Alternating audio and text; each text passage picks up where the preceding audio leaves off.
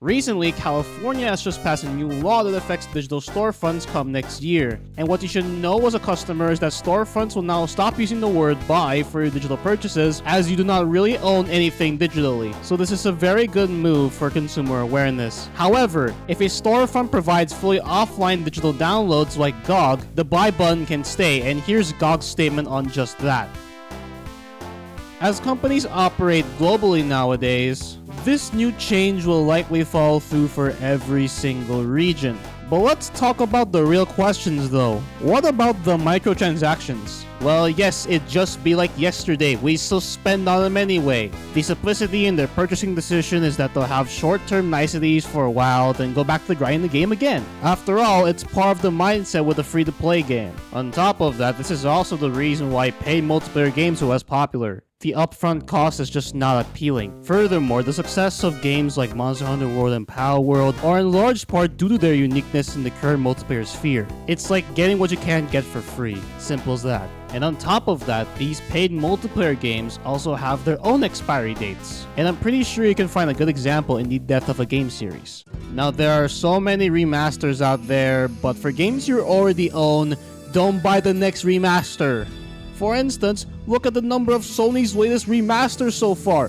Imagine remastering a 3-year-old game. Imagine remastering a 7-year-old game that's still playable enough. And there are remasters of games already playable on modern PCs because these remasters are more or less in line with what console players can get.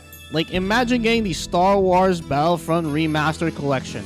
Not only was that a broken mess on day one, but Asper was never able to fix the reputation that remastered collection has gotten.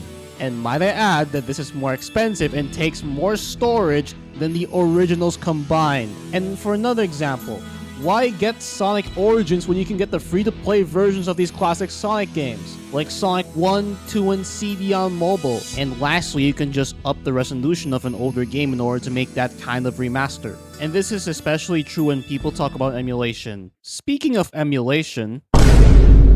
Ah yes, the once upon a time there were two Switch emulators tale. And honestly, I could not care less about the shutdown of this emulator because this is Nintendo we're talking about. But at the same time, it's not like they had it coming. Because these emulators felt too good to be true. And they were sitting in the heyday of the Switch's lifespan. And Nintendo only shut them down at the end of that lifespan. Strange timing, but better late than never for Nintendo. And at the same time, some channels are getting copyright strikes for featuring footage of emulators running older Nintendo games. Now that, my friends, is truly baffling because Nintendo doesn't even make a cent off of Wii or Wii U or 3DS. So yeah, it's okay to miss Nintendo games on PC. In fact, I haven't really used Nintendo's song in a video for a while now. And that's all for my coverage of Nintendo. Now lastly, will subscription services benefit from the lack of ownership in digital media?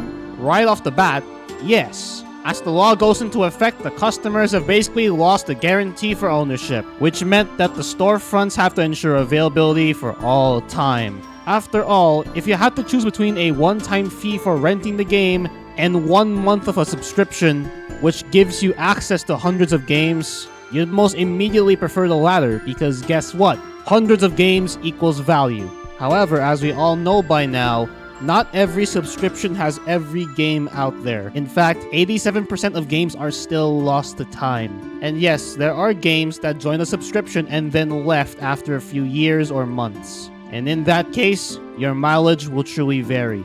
And then President Marcos decided to put up a 12% EVAT on every digital platform that we actually care about. But that's a story for another day. So in conclusion, California said, you don't own anything digitally, but we'll make sure to let you know before you start a purchase. And this reminds us as humans that we really don't own everything. Time is short, and we should emphasize value and quality over quantity.